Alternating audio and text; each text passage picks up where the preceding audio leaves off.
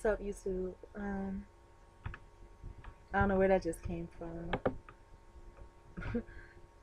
A spreadsheet just opened on its own. But I wanted to share this because, like I said, everything that happens in your life, that happens for a reason.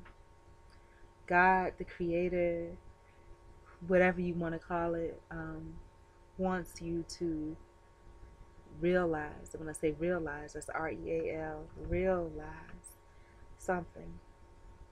Over the past decade or so, like I said, as a result of the legal system, I've gone through many changes in my life, within myself personally, my environments, and so forth. And somehow the essence of me is still the same. Um, Lately, you know, over the past year or so, I've been eating a lot, been on the internet a lot, and I didn't realize until today that I'll give you the layers of the realization.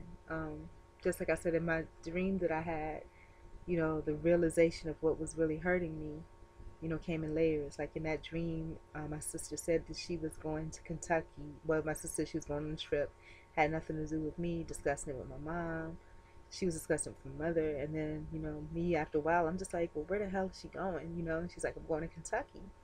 And then then the layers revealed, I went to Kentucky before. The reason why I went to Kentucky is that one of my ex's family is from there.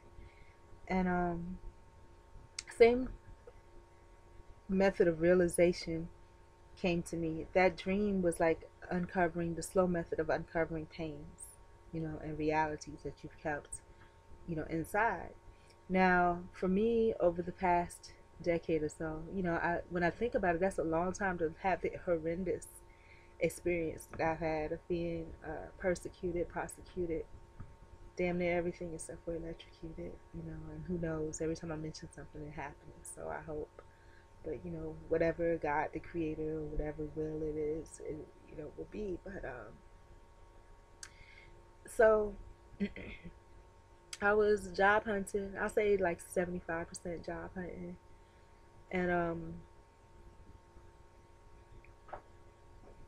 And the internet was out. When the internet went out, it was still like good job hunting time. It was only like 4 o'clock in the afternoon. And at first, I was a little angry about it because I'm like, oh no, I have not even angry, but upset because I was like, I only have so much time to look for a job. I need to do this, that, and the other, and I only have this little bit of time to do it in, and the internet's not working, and not even that, but I only have an hour left in the day for regular business hours to contact these employers, and then I've sent out stuff and I need to check my messages, and I might have an appointment for an interview tomorrow. Is just on and on. And then after a while, after that portion of it was gone, I was like, okay, so I come to the realization that I can't job hunt right now. Now there are other alternatives. I could have gotten dressed and gone to a coffee shop, but my spirit wasn't there. I wasn't feeling up to it. So then I started getting withdrawal symptoms because I started to realize how lonely I was.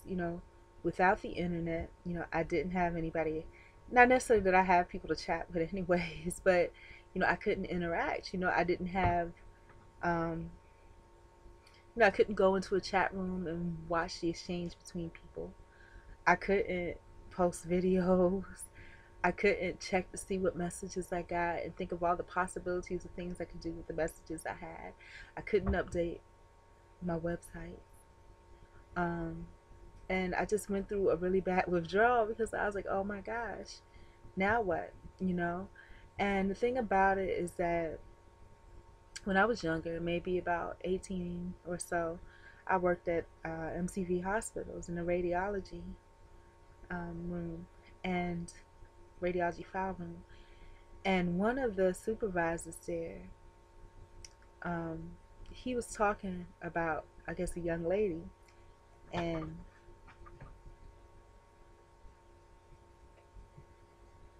and I'm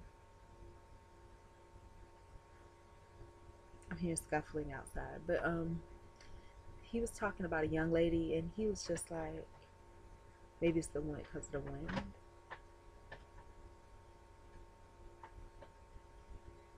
No, this sound is like right here. But I don't want to look. It might be a mouse or something. But oh shit. I really don't want to look. I should have took out the garbage.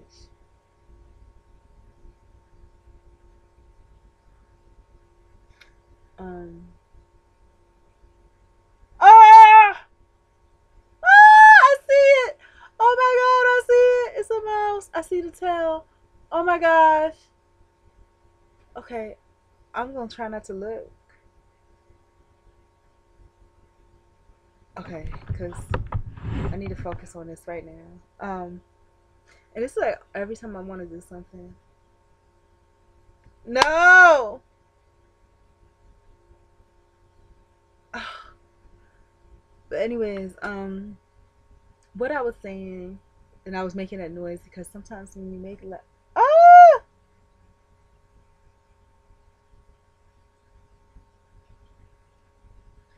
when you make loud noises, it'll make them scurry or go, so I don't have to see it.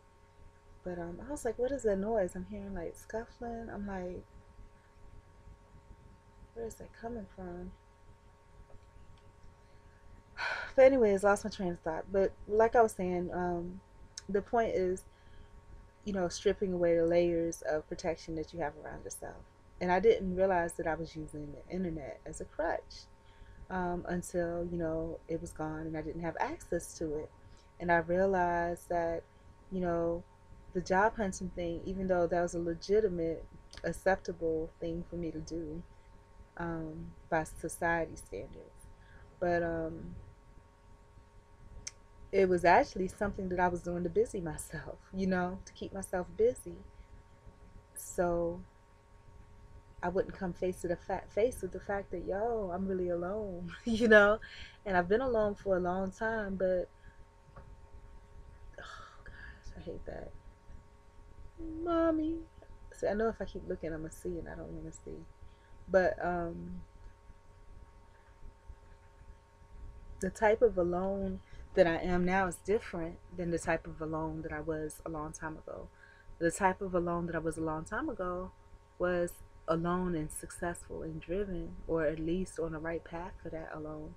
The type of alone that I am now is lonely alone. Like I'm way out here by myself somewhere, and I don't have the safeguard of university to have constant people around me. I don't have the safeguard of family to have constant people around me.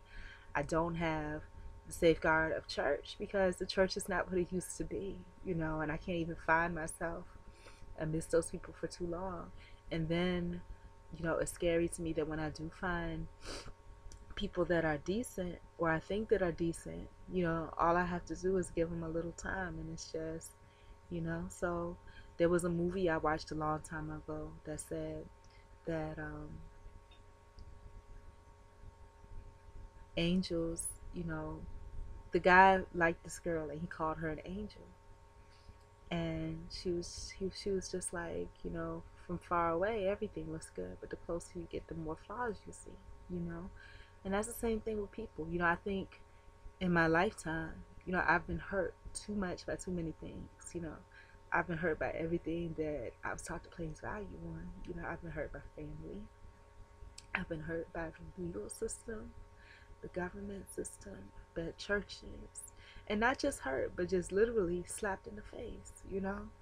And I mean, that hurts. And after you get hurt enough times, you start to learn that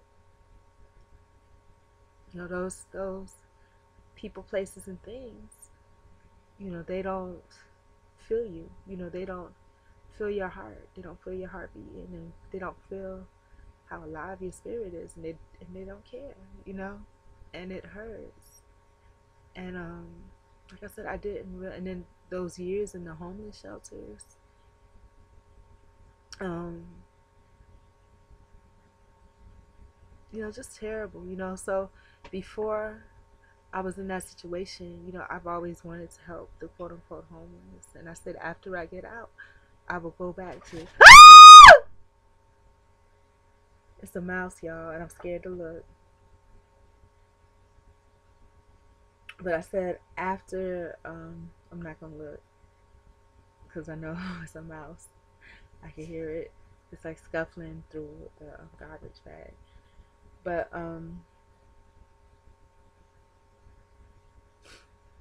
what was I gonna say? That after all those years of being hurt so much by those different things, and prior to that, I always wanted to. I've always, volunteered and worked hard and all of that stuff, and it's like it was just all thrown in the garbage. And then when I experienced the homeless shelters, I was like, even when I finish after I get out of here, it's gonna make it better, so I can better serve, the homeless population. But I realized that those people don't care anything about me. As brutal as they were to me, there's no way. There's no way that I would be able to, and manipulative. If they, I'm hoping it's just one and not a whole team. That shit is scary.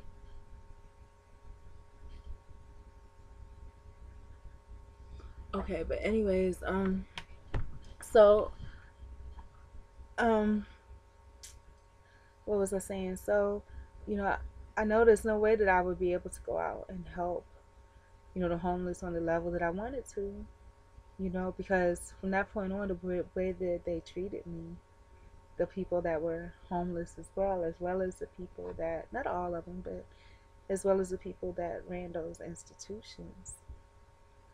Um, I can't see, dedicating my whole self and my whole life to trying to, um,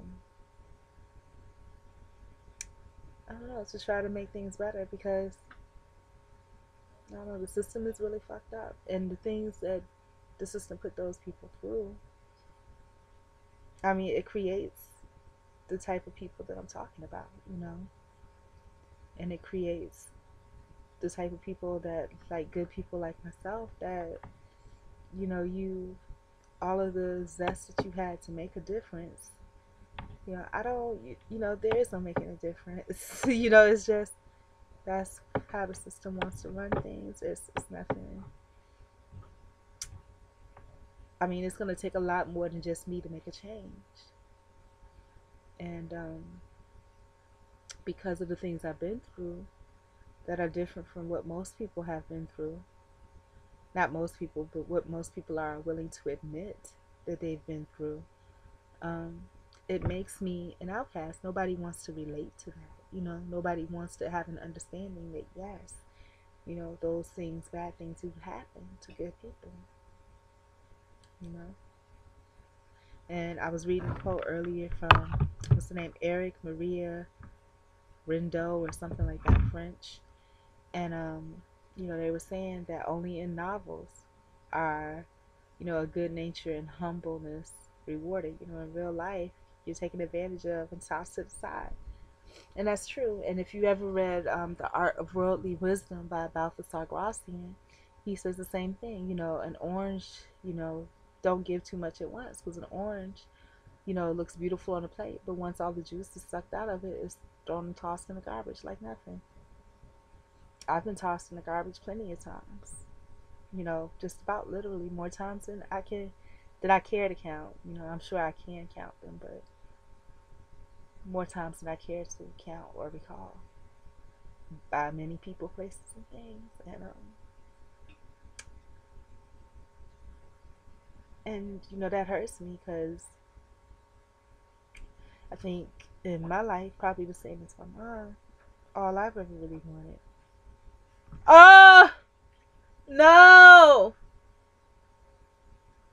Okay, I'm about to throw this book over there. I really do not want to see a rat, but I hear it. Oh my gosh. Um, I'm really not in the mood for this. But it exists, so what can I do?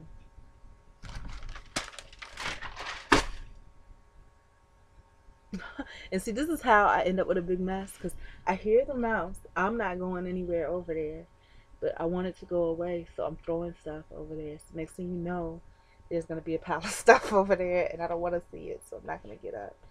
Um, yeah, but that's it.